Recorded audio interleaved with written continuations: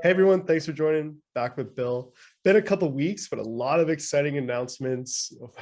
Federal government, you got a lot of new customers as well, kind of in the real estate REIT sector. So we're going to cover those today. First things first, Bill, how are you?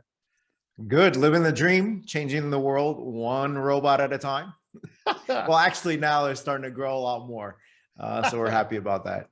Yeah, no, awesome. Yeah, it looks like a significantly more than one robot at a time at this pace. I mean, you guys, congratulations. I think it's every It's week. like it's like clockwork almost now. Like, before it was like, is this ever going to work? I don't know if it's going to work. And now it's like, oh, they keep making announcements of new clients. Hey, maybe it's working. Yeah, no, that seems to be the general comments.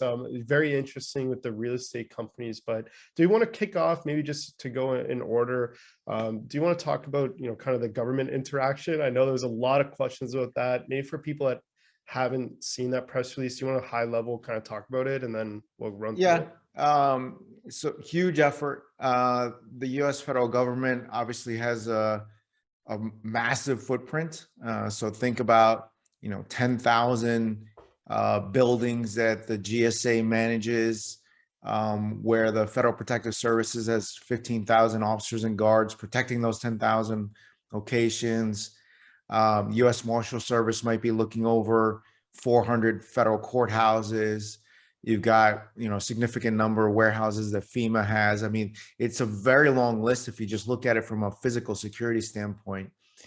So a couple of years back, we decided that we want to spend some time to see if we can apply everything that we've learned in the private sector to the public sector. And there's a lot of parallels. So we started the process, and then for those of you who don't know, you actually need a cybersecurity approval. It's called the FedRAMP process that you need to get through in order to conduct business in most cases with the U.S. federal government. So we're probably now 17, 18 months into it. We've made all our submissions, and now it's in the hands of the federal authorities.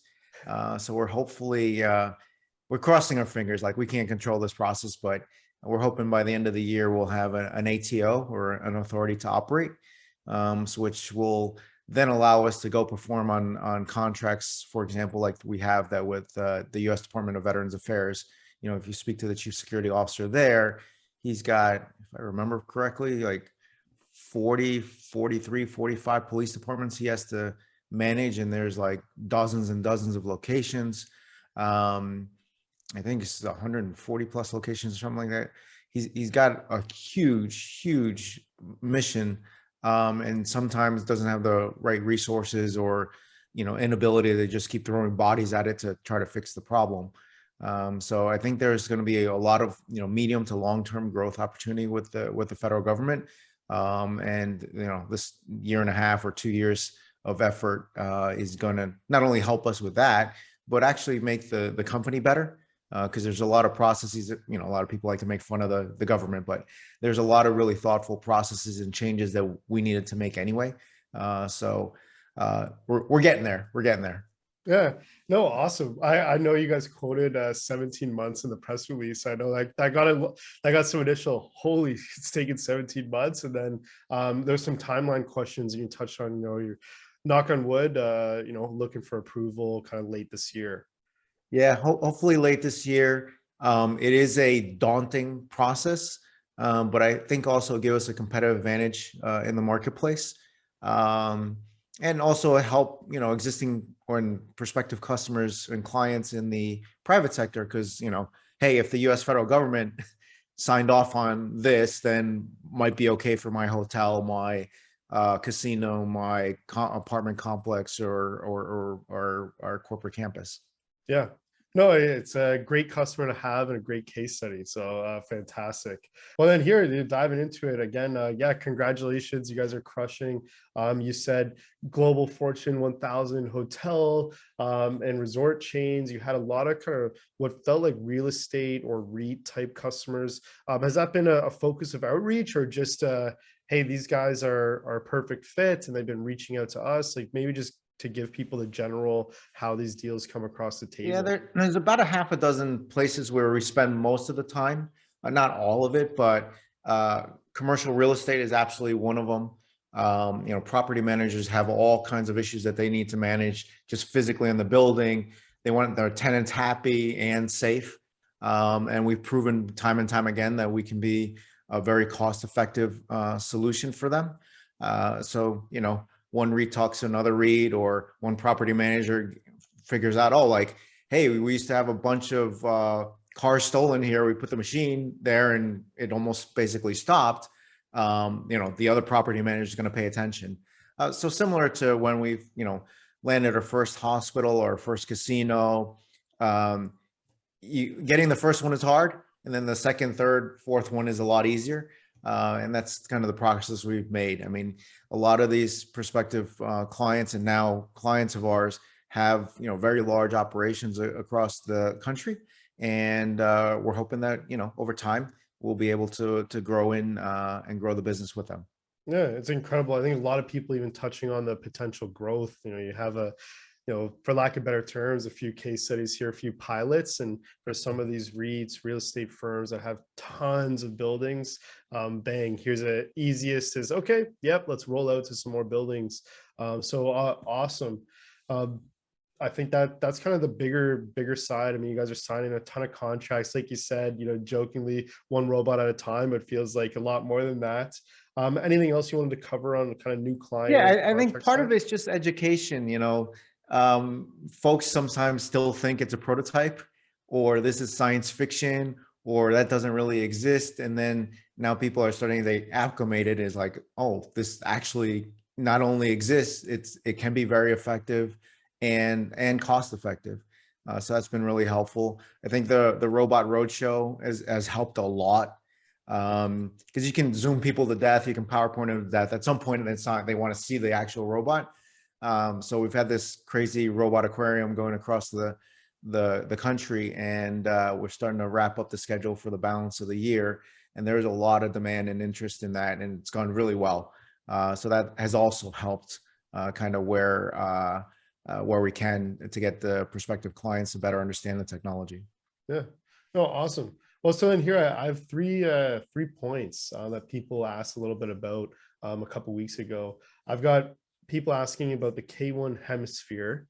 So there's that, the Scout program, which I think worth mentioning in this, as well as kind of the innovation challenge for mayors. Do we want to start out again, just going in kind of order? Do you want to start from the hemisphere? Sure. A lot of juicy announcements we made on the annual shareholder meeting. If you missed it, just go on our YouTube channel or Vimeo channel, and you can kind of check out the long form. But the hemisphere is, we've had a lot of interest in the K1 tower, which is the larger machine that's been in production and deployed at our clients. But some folks either don't have the budget or need something a little bit smaller. So we've come up with a low cost version of this. And one of the questions I like to ask is, if your people are, one of the most important assets that you have, why aren't you using the latest technology available? And then the comeback is, oh, I don't know, some of the stuff is too expensive. And I'm like, $3 to $9 an hour is too expensive to secure the people that are your most prized. That doesn't really work. So made it more difficult is basically, we announced the pricing for the K1 hemisphere at I think it was 75 cents an hour. So now, like, no one has any excuse. Like, I know I can't afford it, I don't have budget for that. Like, you need to kind of really take a hard look. So we're working on getting that released later this year, and working on some pre-orders now. And it captures most of the capabilities that our machines have, but in a much smaller form factor. And we've got a couple other things up our sleeve that will make it even more interesting, that hopefully we'll announce later in the year. Yeah, awesome. Well, exciting times. Yeah, no argument to be had when it's under $1. So awesome. And then here, do you want to kind of just touch on the Scout program you guys launched? Oh, the Scout program. So right before the public listing in January, If folks that might not know, we're on NASDAQ under ticker symbol KSCP. So we listed the company back in January, and right before that, we had raised, I think it was about north of $120 million from about 35,000 investors. And oh, by the way, thank you all of you who helped get us over the finish line on the first chapter of the long book. And now we've got enough fuel to work on the second chapter. So appreciate everyone's support. But from what happened there, Jason, like we often get the, how can I help? Like, this is super cool. What can I do? And for, a couple of years, we've been putting it off. Like, we've got too many things going on, but, we need to grow the company. People are asking how to help. So we set up the Scout program, which basically you got to do a little bit of actual work. You're not just going to send us a referral, but it's a referral program so that if we're able to sign a contract with a prospective client and we deploy the machine, it's $1,000 in your pocket. And I think, if you're serious about our crazy mission, which is to make the US the safest country in the world, like, you're not going to do that by yourself, right? You're going to have to empower and motivate a rather large cross section of the nation to do this. And we've gotten a lot of interest there. So now we just got to kind of work through the process. But hopefully that gives an opportunity for folks to help out where they can. Yeah, a lot of amazing feedback. Obviously, a ton of investors, and some of them in some of these either decision-making positions or can influence the decision-making process. Yeah, you might know the mayor, you might know the city council member, you might know the hotel principal, general manager or the hospital administrator or the chief security officer at a certain location. Hey, I can help you. Have you heard about Knightscope? And another thing that prompted it was we had done a little survey of all the folks that, not all, a lot of folks that we've talked to. And, how did you hear about Knightscope now that you either signed a contract or you decided not to? It's like, never heard about you. When you guys contacted us, it's like, wow. Okay. So there's still a lot of people out there that don't understand the technology actually exists, much less about Knightscope. So leveraging our supporters and fans would seem to be a cool opportunity. Yeah, the best $1,000 check you'll ever sign is the commission. Oh yeah, trust me, I'd be happy to signing checks all day long. So awesome. Well, look, great to put in the video for anyone else who I think they know it. Yeah, if you want to find out more, just go to knightscope.com/scout. It's at the bottom of the page at knightscope.com, and sign up, and we'll get you a little welcome pack and kind of explain the process to you. Awesome. Well, perfect. There you go. And then lastly, so the innovation challenge to mayors across the US. Do you want to kind of touch on that? So, we're obviously focused on our crazy mission of making the US the safest country in the world. So I'm like, what? Let's go look at the top 10 cities and kind of what's the common characteristic of being the safest city in the US. And you got like these weird factoids, like it's typically a tiny town with maybe 40,000 people, rather wealthy, maybe on 6-figure median income, and for whatever reasons in the Northeast. Like, that shouldn't be a tiny population of the nation. Like, we should enjoy that level of comfort and freedom across the country. So I was like, okay, well, the first role of government is what? To protect its citizens. Excellent. Mr. and Mrs. Mayor out there, all 20 odd thousand of you, here's your opportunity to, see if we can make your city one of the safest in the country. And we're willing to put a significant amount of effort and resources and technology on the table to make that happen. And you can learn a lot more at knightscope.com/innovate. There's a long list of things that we're willing to do to support the mayor and the community, and see if we can, get the technology to make a massive difference. Instead of one robot at a time, let's do one city at a time. There's some good questions. People are asking, hey, like, are you in contact with mayors? Are you in contact with, those types of people? Yep. We've got some initial interest, and we need to kind of pick where we might be most successful. You need to think about the location. You need to think about the mayor. Unfortunately, you need to think about elections. You need to think about, what is there enough of an issue here where we can actually make an impact? And it can't be just on the mayor's head and ours. It's, where's the chief of police? What's the staffing? What kind of businesses are there? What's the residential profile look like? How many schools? How many hospitals? Let's kind of think about the whole thing collectively.